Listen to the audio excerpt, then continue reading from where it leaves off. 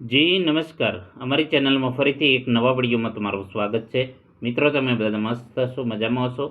મિત્રો, આપણે જે હેલ્પર માટે સિરીઝ ચાલુ કરી છે, તો ગઈકાલે જે મિકેનિક ડીઝલના અને એમએમવીના જે પ્રશ્નો ભાગ એકમાં જે 1 થી 50 પ્રશ્નોની ચર્ચા કરી, તો આજે આપણે ભાગ 2 51 થી 100 પ્રશ્નોની ચર્ચા કરીશું, જે આવનારી એક્ઝામમાં તમને ઘણા ઉપયોગી સાબિત થશે.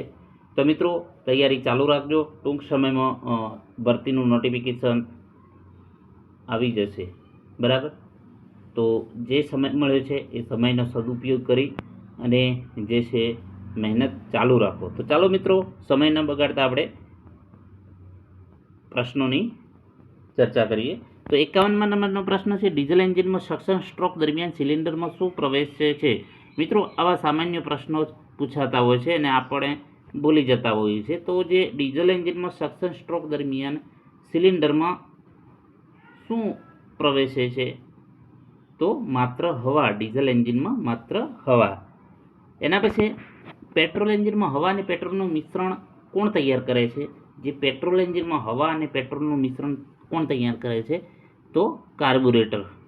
જે કાર્બોરેટરનું કામ છે પેટ્રોલ ને હવાનું મિશ્રણ તૈયાર કરે છે. એના પછી વાત કરીશું, ડીઝલ એન્જિનમાં બળતણ સળગાવવા માટે શું વપરાય છે? ડીઝલ એન્જિનમાં તો કોમ્પ્રેસ્ડ જે હવા છે એનું ઉચ્ચ તાપમાન, જે કોમ્પ્રેસ થાય છે હવા, બરાબર? તો એ હવાના લીધે જે કોમ્પ્રેસ હવા, તો એના લીધે ઊંચું તાપમાન મળે છે, એના લીધે ડીઝલ સળગે છે, બરાબર? પેટ્રોલ એન્જિનનો કોમ્પ્રેશન રેશિયો સામાન્ય રીતે કેટલો હોય છે? તો પેટ્રોલ એન્જિનનો જે સામાન્ય કોમ્પ્રેશન રેશિયો 6 થી 10 હોય છે પેટ્રોલ એન્જિનનો, બરાબર? ડીઝલ એન્જિનનો કોમ્પ્રેશન રેશિયો કેટલો હોય છે? તો ડીઝલ એન્જિનનો કોમ્પ્રેશન રેશિયો ઓપ્શન બી 14 થી 22 જેટલો હોય છે. પેટ્રોલ એન્જિનમાં બળતણ સળગાવવા માટે કયું સાધન વપરાય છે? પેટ્રોલ એન્જિનમાં બળતણ સળગાવવા માટે સ્પાર્ક પ્લગ, બરાબર? આ ખાસ યાદ રાખજો.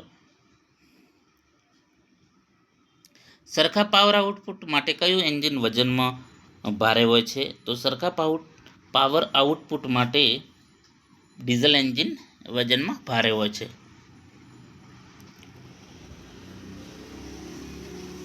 પેટ્રોલની સરખામણીમાં ડીઝલ બળતણ કેવું છે? તો પેટ્રોલની સરખામણીમાં જે ડીઝલ બળતણ જે છે ઓછું વોલેટાઇલ, એટલે કે બાષ્પશીલ ઓછું છે, બરાબર?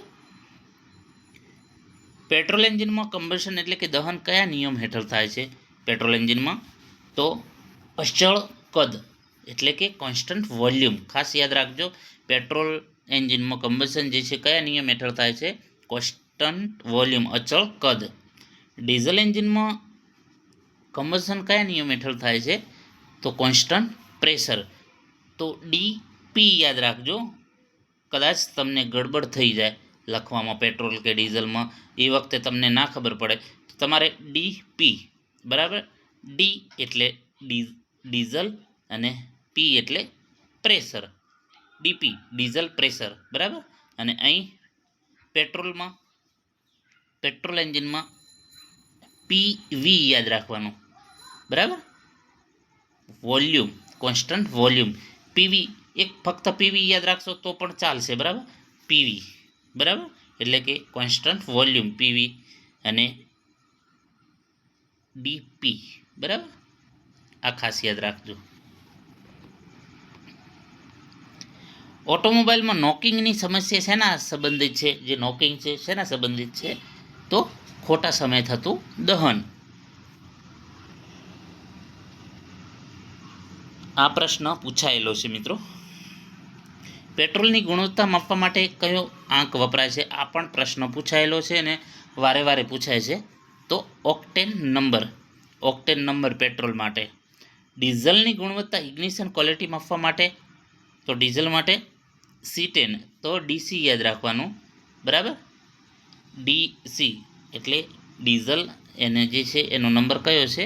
C10 નંબર, ડીસી યાદ રાખવાનું છે. ઉચ્ચ કોમ્પ્રેસર રેશિયો હોવાને કારણે કયા એન્જિનની થર્મલ એફિશિયન્સી વધુ હોય છે? ઉચ્ચ કોમ્પ્રેસર રેશિયો હોવાને કારણે કયા એન્જિનની થર્મલ એફિશિયન્સી વધુ હોય છે? તો ડીઝલ. કયા એન્જિનની પ્રારંભિક કિંમત વધારે હોય છે? તો કયા એન્જિનની પ્રારંભિક કિંમત વધારે હોય છે? તો ડીઝલ એન્જિનની પ્રારંભિક કિંમત વધારે હોય છે. ઓપ્શન બી સાચો જવાબ છે. મિત્રો, આવા પ્રશ્નો પૂછાતા હોય છે પરીક્ષામાં. કયા એન્જિનમાં જાળવણી ખર્ચ એટલે કે મેન્ટેનન્સ કોસ્ટ ઓછો હોય છે? તો પેટ્રોલમાં. કયું એન્જિન ખૂબ જ ઊંચી ઝડપ હાઈ સ્પીડ આરપીએમ પર સરળતાથી ચાલી શકે છે? તો પેટ્રોલ એન્જિન.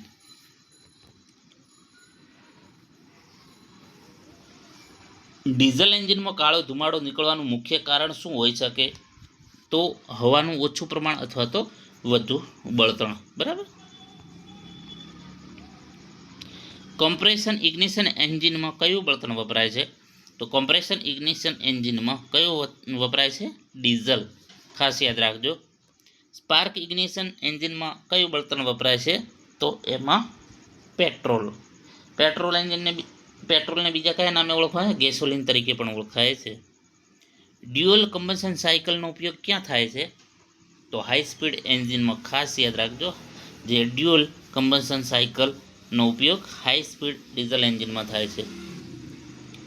પેટ્રોલ એન્જિનમાં કમ્બશન રેશિયો લિમિટ બહાર વધારવામાં આવે તો શું સમસ્યા થાય? પેટ્રોલ એન્જિનમાં કમ્બશન રેશિયો લિમિટ બહાર વધારવામાં આવે તો શું થાય છે? તો પ્રી ઇગ્નિશન અને નોકિંગ થાય છે.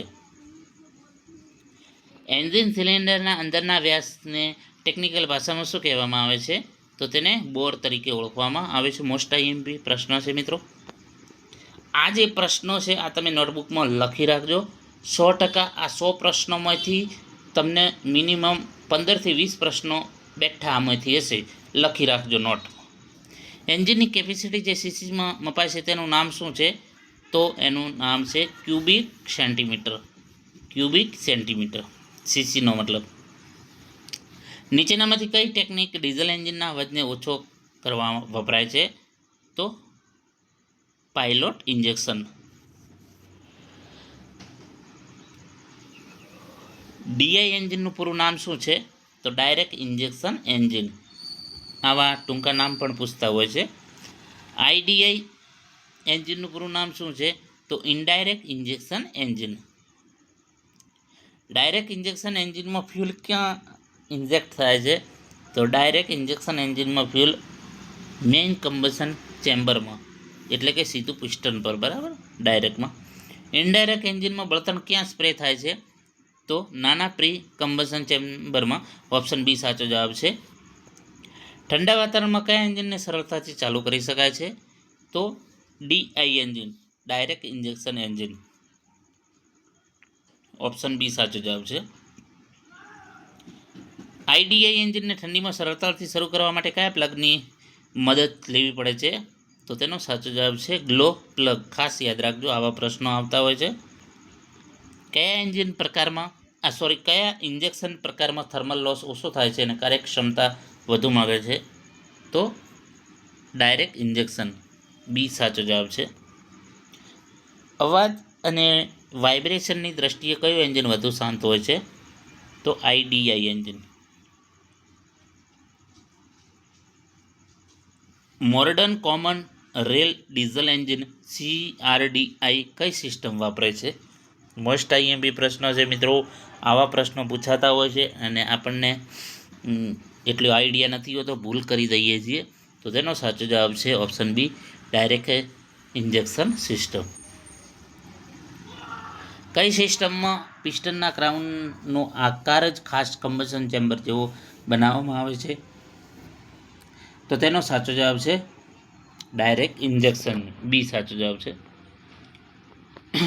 ઇનડાયરેક્ટ ઇન્જેક્શન એન્જિનમાં પ્રી કમ્બશન ચેમ્બરનો મુખ્ય ફાયદો શું છે? તો ફ્યુલ અને હવાનું મિક્સિંગ સારું થાય છે. કઈ સિસ્ટમમાં ઇન્જેક્શન પ્રેશર ખૂબ જ ઊંચું રાખવું પડે છે? તો ડીઆઈ સિસ્ટમ, ડાયરેક્ટ ઇન્જેક્શન સિસ્ટમમાં. મલ્ટી પોઈન્ટ ફ્યુલ ઇન્જેક્શન સામાન્ય રીતે કયા એન્જિનમાં વપરાય છે? MPFI. તો એ મોડર્ન પેટ્રોલ એન્જિનમાં વપરાય છે. એના પછી GDIનું પૂરું નામ, એટલે પેટ્રોલ એન્જિનના સંદર્ભમાં. તો તેનો સાચો જવાબ છે ગેસોલિન ડાયરેક્ટ ઇન્જેક્શન. બરાબર. કઈ ઇન્જેક્શન સિસ્ટમ ડિઝાઇનની દ્રષ્ટિએ સિલિન્ડર હેડને જટિલ બનાવે છે? તો તેનો સાચો જવાબ છે ઓપ્શન બી, આઈડીઆઈ સિસ્ટમ, વધારાની ચેમ્બરોના કારણે. ડીઆઈ એટલે કે ડાયરેક્ટ ઇન્જેક્શન એન્જિનમાં ફ્યુલ ઇન્જેક્ટરમાં સામાન્ય રીતે કેવા નોઝલ વપરાય છે? તો તેનો સાચો જવાબ છે option b, multi hole nozzle. બરાબર. બળતણનો આર્થિક વપરાશ ઓછો કઈ સિસ્ટમમાં હોય છે? તો ડીઆઈ, ડાયરેક્ટ ઇન્જેક્શન. કમ્બેશન ચેમ્બરના કદને આધારે ડીઆઈ એન્જિનને કેવું એન્જિન કહી શકાય? તો open combustion chamber engine, open combustion chamber office engine, sorry મિત્રો. એના પછી આઈડીઆઈ એન્જિન કયા નામે ઓળખવામાં આવે છે? તો તેનો સાચો જવાબ છે ડિવાઇડેડ કમ્બેશન ચેમ્બર એન્જિન. નીચેનામાંથી કઈ સિસ્ટમ ડાયરેક્ટ ઇન્જેક્શન ટેકનોલોજીનો ઉપયોગ કરે છે? તો સીઆરડીઆઈ, ટીડીઆઈ, ડીસીઆઈ તમામ. બરાબર. ફ્યુઅલ ઇન્જેક્શનનું મુખ્ય કાર્ય શું છે?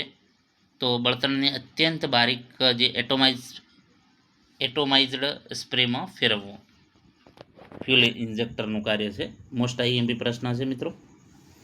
ઇનડાયરેક્ટ ઇન્જેક્શન એન્જિન સામાન્ય રીતે ક્યાં વધુ વપરાતા હોય છે? તો જૂની પેસેન્જર કાર અને નાના ડીઝલ એન્જિનમાં. ડાયરેક્ટ ઇન્જેક્શન એન્જિનમાં વધુ પડતો ખટખટ અવાજ થવાનું કારણ શું છે? તો ઝડપી પ્રેશરાઇઝ સીધું મુખ્ય ચેમ્બરમાં થવું. મોડર્ન એન્જિનમાં ઇન્જેક્શન ટાઈમિંગ અને ક્વોન્ટિટી કોણ નક્કી કરે છે? તો ECU, ઇલેક્ટ્રોનિક્સ કંટ્રોલ યુનિટ. એના પછી વાત કરીશું આઈસી એન્જિનમાં હાનિકારક ધુમાડાને ઘટાડવા માટે એક્ઝોસ્ટ સિસ્ટમમાં શું લગાવવામાં આવે છે? તો કેટેલિક કન્વર્ટર. મોસ્ટ આઈએમપી પ્રશ્ન છે. તો મિત્રો આજે ડીઝલ મિકેનિક અને એમએમવીના મોસ્ટ 100 પ્રશ્નો જે આઈએમપી હતા એની ચર્ચા કરી 2 ભાગમાં, ભાગ 1 અને ભાગ 2. જો ભાગ 1 ન જોયો હોય તો તમે જોઈ શકો છો, આપણે પ્લેલિસ્ટમાં રાખેલો જ છે અને ગઈકાલે બનાવેલો છે.